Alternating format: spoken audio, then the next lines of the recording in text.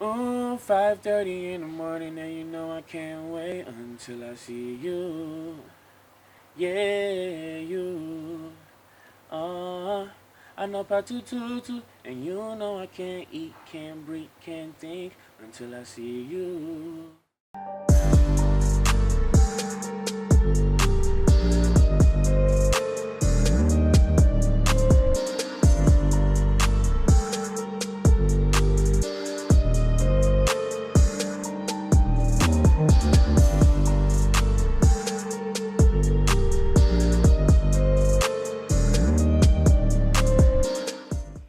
Hi guys, welcome to BTM Afrika. My name is NYDJ. I know you guys miss us. It's been a long time. We actually came your way with some of these interesting interviews. And today I have an amazing guest. You know I love to introduce my guests by saying they're amazing. Yes, because that's what this channel stands for. We bring you talents that the world gets to talk about in the future. I mean, our talent today is somebody the world is talking about already. He's a VGMA nominee. He's a 3 Music Awards nominee. He's done so well for himself, and he's on BTM Afrika today. His name is Bryan The Mensah. Ladies and gentlemen, Bryan is on BTM Afrika. Before we check him out, check out this video. 5:30 in the morning, and you know I can't wait until I see you. Yeah, you. I know patututu, and you know I can't eat, can't breathe, can't think until I see you. Yo, what's up, everybody? This is your boy Bryan The Mensah. That I've been today. You already know what it is, and I'm live here on BTM Afrika. Stay tuned, keep watching. Okay, guys, I'll talk to you about who my guest is, and that is Bryan The Mensah. Now, when you shorten his name, it becomes BTM. It's more like his home on BTM. The only difference now is that he have Africa added to it, but he is going for the world. We are starting from Africa. Eventually, we'll meet across Africa. Bryan is my guest. What's good, my brother? I'm great, bro. How you doing? I'm good. Nice to have you on the show. Thanks for having me, bro. Okay. All right, guys. So during the introduction, I made mention of the fact that my guest is a VGMA nominee. He is a 3 Music Awards nominee as well. And it doesn't come easy. All these were recognized within this particular year. That was the 23rd edition of the Vodafone Ghana Music Awards, and of course the 5th edition of 3 Music Awards. Yeah. How does this come to you? Like, I mean, the first time you heard the nomination, 3 Music was done before VGMA. So let's take it from 3 Music. When you had the nomination, how did you feel? Well, I felt like I deserved it because we put in a whole lot of work. And I feel like these things are just part of the journey because, I mean, once you're putting in work, you're expecting to see results. And these are just some of the, really amazing results that we were expecting to see. So it was pretty much like, okay, yeah, we're doing something here. So that was more like, I mean, with regards to 3 Music, that was more like your first major nomination in Ghana Music Awards. Yeah. And fast forward, it came through VGMA as well, which others have termed as the mother of awards, music awards in Ghana. So 3 Music does it, VGMA also comes in, and you heard it, it was like, how did you feel with that one too? The same. Honestly, I don't, put any award above another because I feel like it's more about the recognition. Yeah, sure. Yeah, so once you're recognized, you're pretty much already a winner. And I feel appreciative of the fact that, these organizations are recognizing talent like mine. And that's honestly all the encouragement and the support that I need. Interesting. So for you, losing out doesn't really mean much to you. Not really. Not really. Interesting. Yeah. Well, let's get to the journey. You talked about the journey and how it's been for you to be recognized in some of these awards. Can you take us through the journey?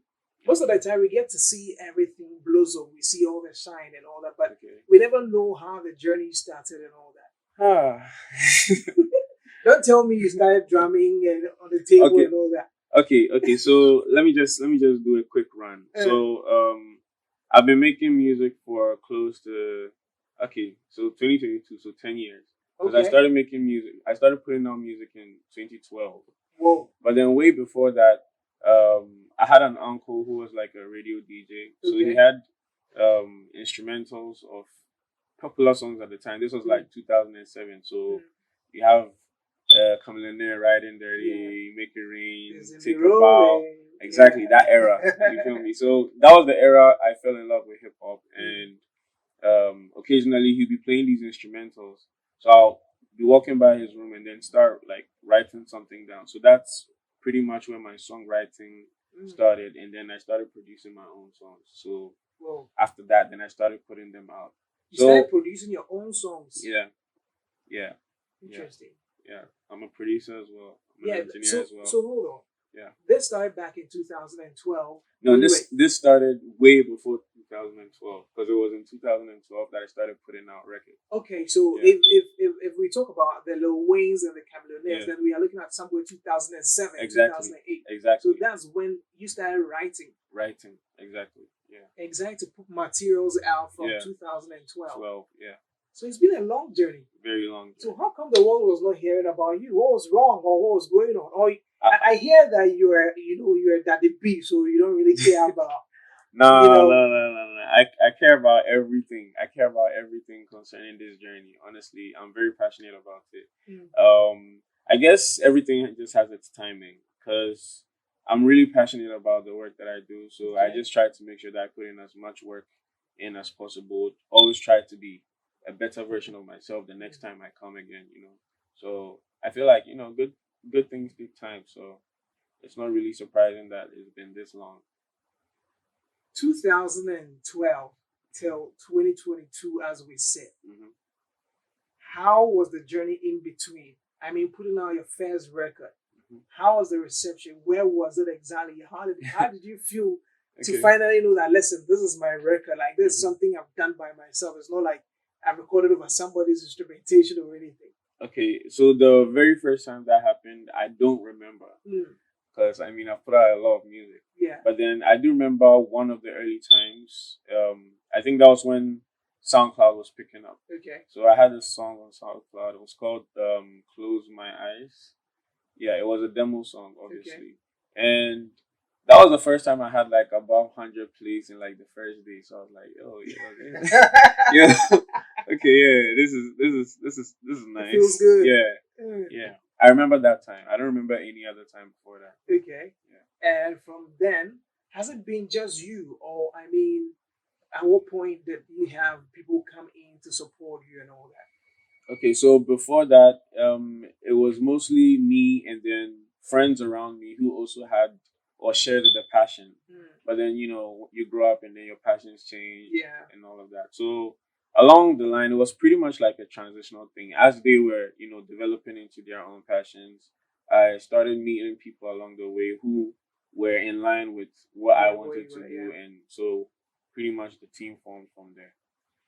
One of the people I realized they have a single with is J Soul. J Soul is also a producer as well. If we talk about hip hop in Ghana, if we talk about the Skeleons, you can't take J Soul out. He's legendary. Let me give him his flowers today. Listen, J Soul deserves all the flowers. Unfortunately, he doesn't really get the mention for that because it's more like laid back and always working in the back. But he's an amazing producer, an amazing musician as well. Amazing.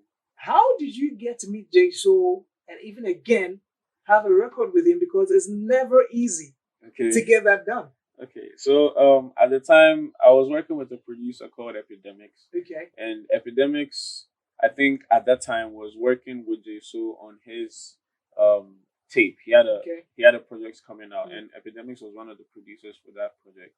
So Epidemics also sent me a couple of beats for my project, and then I was like, yo, you know what? Out of the 3 beats that you sent, I like this one, but then I'll work on it if you're able to get me J Soul on this. As of that time, we're still calling the show. But I would work on it if you're able to get me J Soul on this beat. And he was like, okay, no problem. I already knew he was working with him, so it was pretty much easy. So he created the connection, and then we made it happen. But how did J Soul? Because I know Hollywood, he, like I say, jump onto a record, especially at the time when you were new, like you were not too known across the country. Okay, but I think what did he say? The very first time he heard you or you walked into the studio, what did he say? I think he keeps his ears on the ground for quality stuff, new stuff, like new people, new talent, or basically just good music in general. Because apparently he had already heard of me before, and that's honestly even why he decided to make the record, probably because it was a pretty easy conversation to have. Wow. Yeah. So it wasn't really anything frictional. You've been working. Mm-hmm. I remember that tweet, Caspar Nyovest. Mm-hmm. I mean, at a time when a number of Ghanaian artists, perhaps, maybe that's my mind, Okay. a number of them perhaps did not even know who Caspar Nyovest was. Okay. You were really going all out and wanted to meet Caspar or even have a record with Caspar. Mm-hmm. Why Caspar? Well, I always felt like SA hip hop had a certain edge over the rest of African hip hop. Yeah, because the rest of Africa is pretty much dance music. So maybe you were paying attention to South Africa. Well, yeah, there's that too. AKA and exactly, because I grew up listening to AKA a whole lot. So yeah, so I had my attention on South African hip hop. So when I heard that he was coming to the country, I was like, yo, let me just try and at least network with this guy and see what can come out of that. And we got to network, but then we didn't really get to work on anything. But that's cool. I feel like what you get is what you get. So yeah. But beyond that, have you guys stayed in touch? Not really. But it's cool. I feel like it's all part of the experience, all part of the journey. You wouldn't always get everything that you're expecting, because obviously I was expecting that maybe we'd be able to work on some music together, but then But you still have that edge to want to work with him, because I'm pretty sure if anybody plays your music right now, you'll be like, yo, who is that guy? And somebody will say, oh, that guy you met in Ghana. You still have that edge to want to work with him. Well, never say never. If the opportunity comes, I don't mind, honestly, but I don't think I'm as crazy about it as before. Okay. Yeah. Okay. Yeah. Interesting. Guys, so my guest is none other than Bryan The Mensah. He owns this show. We use his name in creating the BTM. So he has shares in this particular company.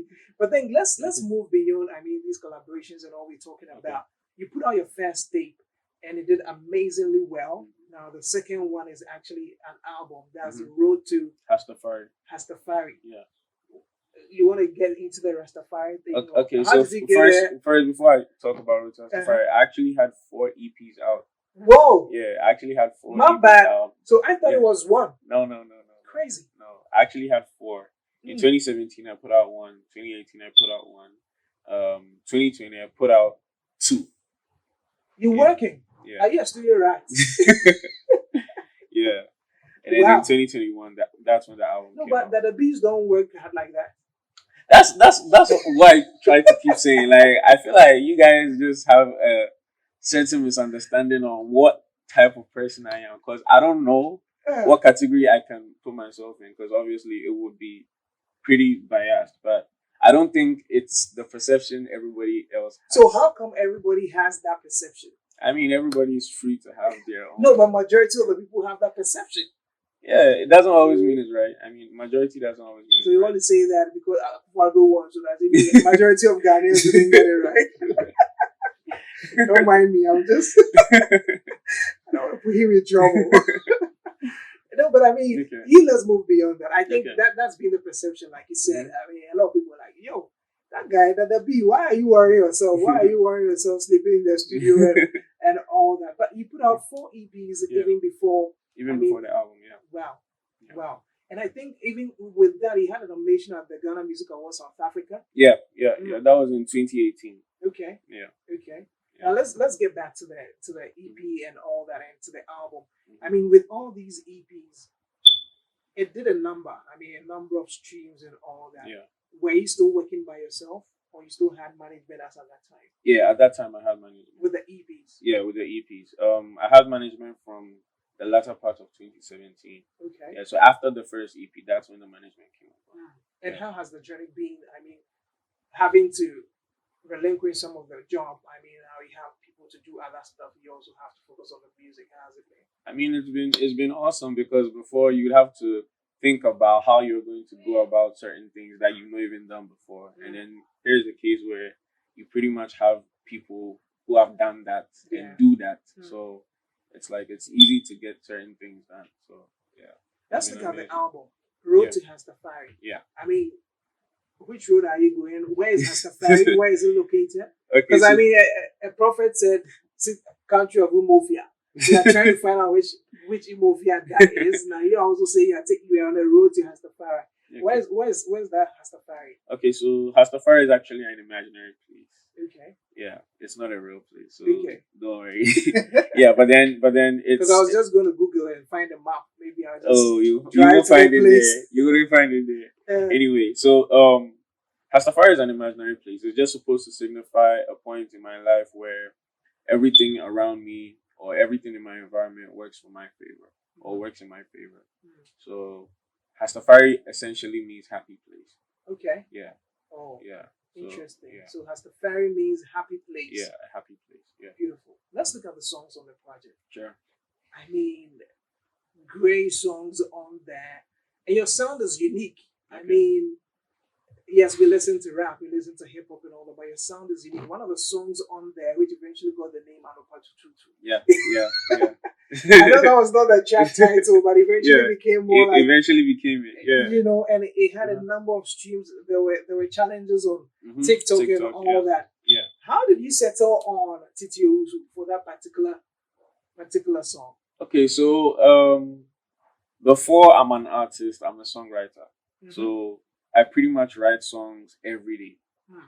And I write a lot of songs. So there was even a time, I think 2018 somewhere, where I used to like write 12 songs in a day. Whoa. Yeah. No, you're kidding me. I'm serious. You don't do anything else? I mean, at that time I was in school. So I mean, beyond school, that's all I had to do. So yeah. So yeah. There was that era. I mean, right now, yeah, because of everything happening, I won't be able to write 12 songs in a day. But I'm just trying to say, I've been working behind the scenes. So there's a lot of music that I've made or have prepared to be made that you've not heard. Yeah. So one of those things is what gave me the opportunity to work with Titi Owusu. So we've actually worked in the background before in the past. So we had a working relationship already. So when we were working on Until I See You or on Factor 22, we were like, this is a story of a couple who don't get to see each other. And so you're supposed to tell the story from both sides. So from the male perspective and from the female perspective. So we're like, we definitely need a female artist on this song. Yeah. And since I already had a working relationship with a really great female artist, I was like, yeah, let's just work with Titi. Plus, her management was like already like part of our support system. Yeah. So yeah, it was pretty, you know. Did you anticipate that song to be one of the like lead songs on the project? Yes. Because I know. Oh, you knew I actually did. Yeah. I mean, people love songs. Yeah. I mean, yeah. I actually did. Did. Yeah. I remember the time when it was done. I was like, yeah, this song is going to do like, something. I mean, you released a number of singles before. Yeah. It's not the time. Well, it was part of the album's rollout. Because all those songs were actually on the album. Yeah. So it was just to, build the anticipation for the album so that when it comes out, then people soak into the album. Because we actually promised the album 5 years ago. Whoa. Yeah. In 2016, that's when I put out the tweet that I was going to put out Road to Rastafari in 2021. No, hold on. Yeah. So back. Yeah. You had the album title ready. Yeah. So you I can even show you the tweet. Yeah, the album title was ready. Yeah. Oh, that's crazy. Yeah. So I mean, the album was like we promised it, so we had to deliver it. But then, there were certain songs that we knew were more powerful than some of the other songs on the album. So, Anopa Tututu is one of them. But are you satisfied so far with how the album has done or how the album is doing? I think I'm impressed. I was impressed, and then right now I see that more can be done, and so we are working on that. When you say more can be done, what exactly is being done? Because I mean, you're on BTM Afrika. I need to share with us. I mean, more can be done in the sense that I feel like the music has much more potential than. I mean, it has achieved a lot, no doubt, but then there's still a whole lot of work to be done for it to cover more ground, reach more ears, cross more boundaries. Okay. Yeah. So that's pretty much what we are working on right now. Guys, my guest, Bryan The Mensah. Let me say a big shout out to the creativity for my awesome outfits. He's always been clothing to me to make sure that I look good and presentable on your screens. Of course, big shouts to our very own sponsors as well. That is Hoopro. I mean, you spend a lot of time online.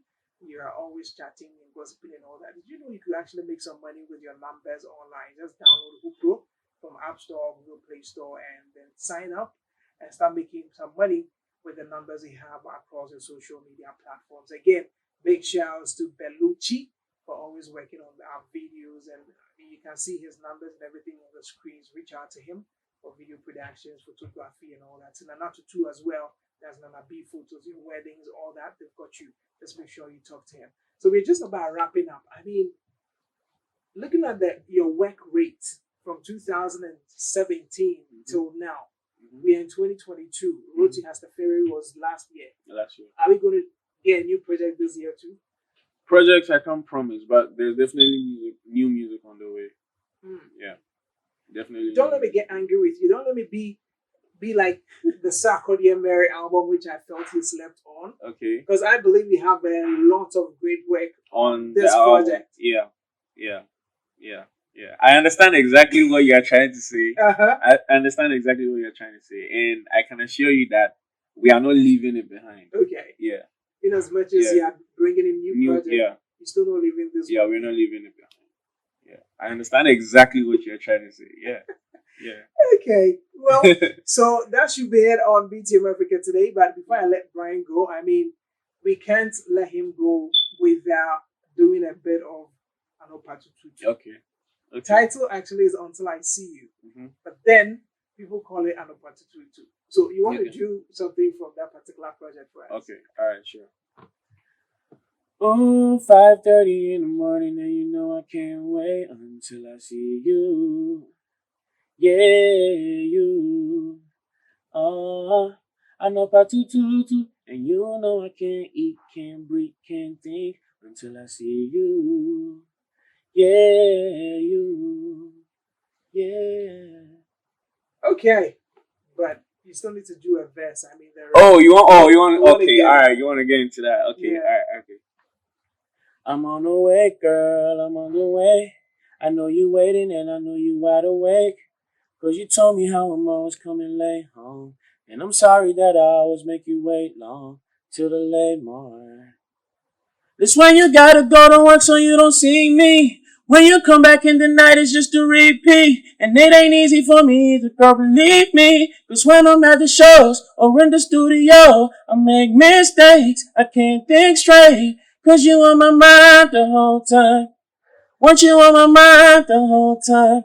Wish that I didn't have to go, so I could just be home. Don't know how to cook, but I could watch tutorials. Want you by my side like old times. Want you by my side the whole time. I know about 5:30 in the morning, and you already know, man. You already know. I mean, he is my CEO. He owns BTM Afrika, so I need to know how to sing his song. But I mean, it's been beautiful having you on the show today. Thanks for having me. And there's that one thing I really wanted to ask. I almost forgot. Okay. I mean, you realize that there seems to be this love among a crop of artists growing up now. Okay. Like yourself, we have that Tiruzus. You were in Kumasi because of Talk's birthday party. I mean, that crop that's growing, you seem to have that love amongst you. How is that working?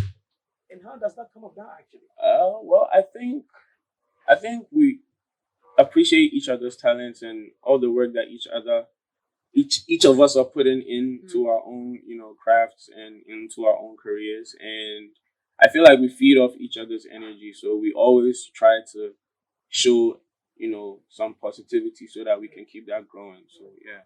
And hopefully that continues. Because, I mean, we saw what happened in Tema. All these guys were together. Eventually, I mean, I hope it keeps going on. Because, I mean, this is great. It's great to be around, all these artists. They are all talented. They are all great in their own way. So, nice one. Yeah. So thank you very much once again for coming and spending time with us on BTM Afrika. Thank you so much. So, guys, you heard it. His name is Bryan The Mensah. Go check out his project. Trust me, you will love it. I mean, I'm vouching for him.